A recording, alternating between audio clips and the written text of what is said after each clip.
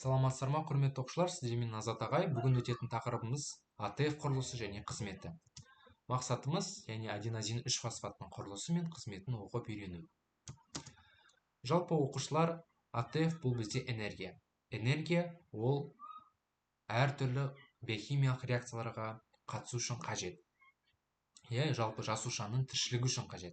Мысалға, адам бір кірпігін жұмған кезде шамамен 6 АТФ жұмсалады екен. Енді ойлай беріңіздер, басқа жасушаларға химиялық реакцияларды жүргізу үшін, органикалық заттарды ыдырату үшін қандай энергия қоры керек екен? Енді біз АТФ деп атаймыз. АТФ дегенің жалпы не? АТФ ол әмбебап энергия көзі. То есть әмбебап деген сөз, оқушылар, бұл универсальный деген сөз. Любой жерде біз қолдана береміз. Ферменттің жұмысы үшін, синтез үшін, жалпы бұлшықеттердің жиырылуы үшін. Ол тірі жасушалардың барлығында кездеседі. Әсіресе көп мөлшерде қаңқа бұлшықеттерінде. Себебі қаңқа бұлшықеттері, оқушылар, көп энергияны тұтынады. Ол жалпы массадан 0,2-0,5% құрайды. Енді АТФ бұл әмбебап энергия дедік. Ол қалай энергияны береді жасушаға? Жауап оңай. Бізде аденозин құрамында, оқушылар, жалпы азотты негіз бар және 5 көміртекті қант, бұны біз жалпы рибоза деп атаймыз. Сонымен қатар 3 фосфат бар екен. 3 фосфат дегеніміз мынандай фосфор.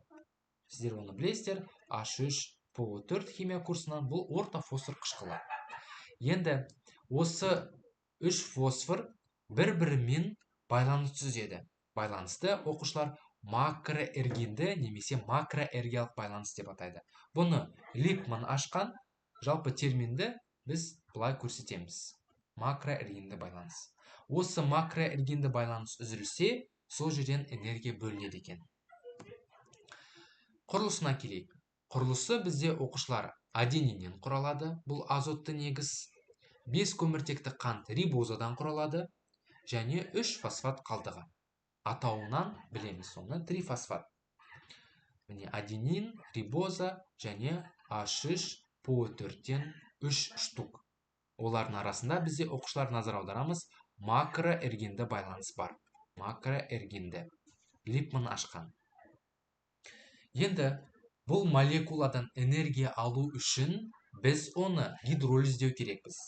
Оқушылар, гидролиздеп айтады, когда затқа H-OH, яғни су молекуласын қосқан кезде. Су молекуласын қоссақ, бұл молекула ыдырайды. Суретте қарасақ, бір молекула сумен гидролиздегенде жалпы бір фосфат тобы ажырайды. Ажыраған кезде, сол кезде, оқушылар, бізде 40 килоджоуль энергия бөлінеді. Дәлірек айтсақ, 30,16 килоджоуль. Бізде 2 жалпы дерек көзі бар, сол дерек көзі осылай көрсетеді.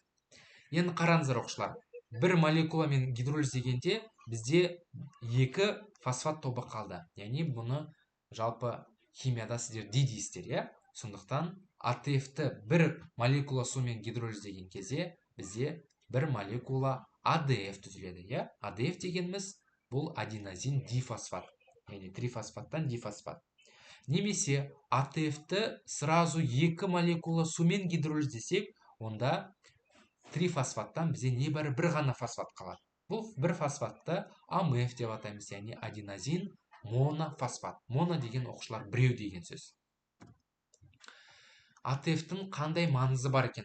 Жалпы ол кәдімгі аккумулятор секілді, оқушылар, қызмет атқарады. Яғни ол энергияны жинақтай алады және энергияны қажет кезде бере алады. Қалай арқылы береді?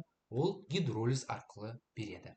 Жасуша қозғалу үшін, заттар синтезі үшін, органикалық заттарды түзу үшін, тасымалдау үшін, жалпы жүгіру үшін, суда жүзу үшін, жылу түзу үшін, жүрек соғу үшін, импульстарды өткізу үшін қажет екен.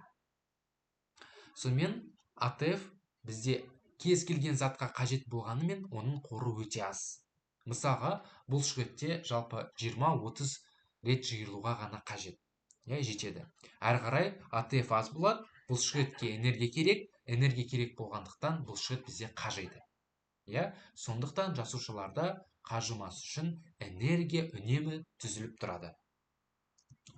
қалай? Май мен әртүрлі заттардың тотығуынан. Оқушылар, бүгінгі сабағымыз өз мәресіне жетті. Сіздермен АТФ-тің құрылысы мен қызметін оқып үйрендік. Келесі сабақтарда кездескенше сау саламатта